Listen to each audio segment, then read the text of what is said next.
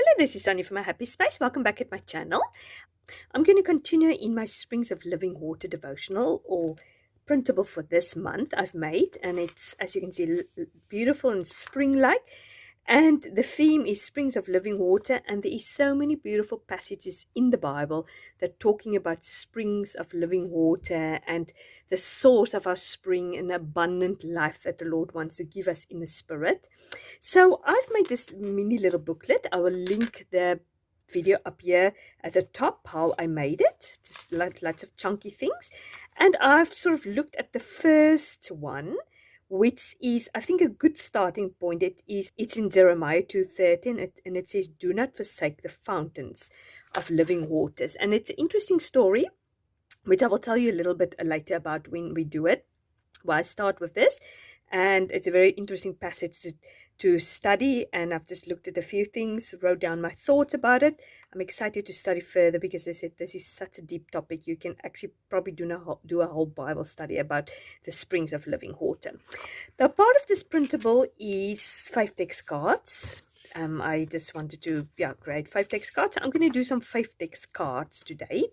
Now, Christine from I will link her Instagram account down below. She's also South African, fellow South African. She made the most beautiful Faithdex cards, which I was totally inspired with. So I'm going to sort of take her inspiration or what she did, and I'm going to run with it and do the same.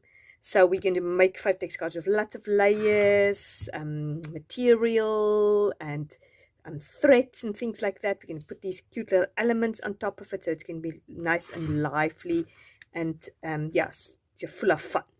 So let me put you on fast forward, and then we'll make these two Faithdex cards for this. I'm going to back them, so it's going to be 2 at the end. So let's do it. Okay, first of all, what I'm going to do is I'm going to back them and create a little pocket. So I'm just gluing on the one side and also making sure that I glue above where I need to make the indents for the Faithdex card. Sometimes you forget to do that. So you can make it obviously it higher if your little card is not so big. In hindsight, I think I should have made the pocket a little bit bigger, or smaller rather, so my card which I put in there doesn't fall to the bottom, but it's fine at the end of the day. So now I'm just putting my indents here with my hole punch. This looks a little bit different as I designed. I wanted to make it the traditional, obviously, Faithdex design, the holes, because lots of people have, it's just the type of Faithdex card or roller system they have, that is the type of indent that it goes into. But I've just cut mine round, and I'm just going to put it in my made little Faithdex card box. I've got a whole video all about Faithdex cards, how I'm doing it, so I'll link it also up here or down below if you're interested to watch that. So I'm taking this material, which is actually back with some sticky tape. I picked it up from a material shop, and it was very affordable. It's interesting, if you buy the material, just normal material, then it's quite expensive, but the moment it is backed with this sort of tape, it was much cheaper, and it's just normal material. So I thought I'll rather go for that then. So basically I'm just tearing it off. I'm using it almost like a washi tape, and I love this material. It's absolutely beautiful. So I'm just creating a little accent there at the bottom of my Faithdex card, and I'm going to use this beautiful ribbon or lace, whatever you call it, and I'm just going to put it on top of there. As I said, it's just to create a little bit of interest and dimension on my Faithdex card. Now I'm going through my little journaling cards, and I'm definitely going to use the Jeremiah 2:13 one.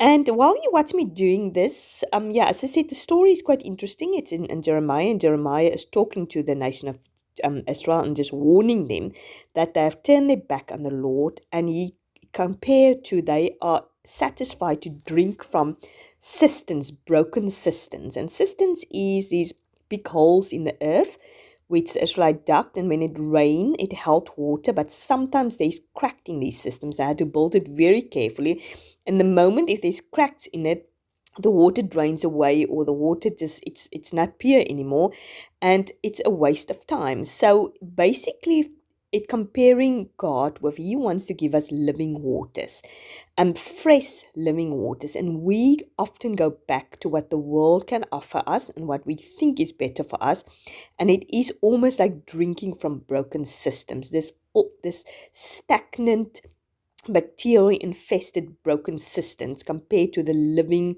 waters that the Lord is giving us.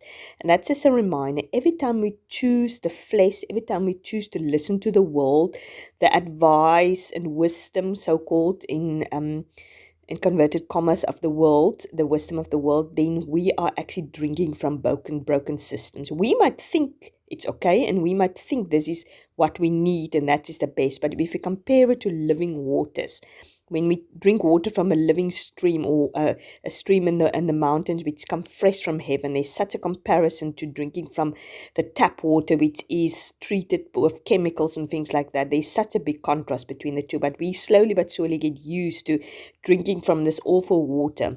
And the same for us. When we don't dig deep into the Word of God and we filled with the Spirit, we get satisfied with what the world can offer us. So yeah, I thought it was a good place to start to compare the two. So in the meantime, you've seen me taking some thread and I bundled it up. As I said, I often use that, but I sort of forgot about that after I seen Christine's beautiful Faithdex card. I was totally inspired, as I said. And I'm just putting all these elements on. I just want to throw everything on top of it. I had to sort of hold myself back.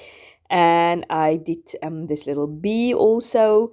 And I'm flipping up the wings of the butterfly just to give it liveliness and dimension, and that it's not so flat. And that's a wonderful thing about Faithdex cards. You don't have to worry about using foam tape and bringing your little wings or your elements up, because yeah, it's not going in a Bible or book. It can be sort of standing up.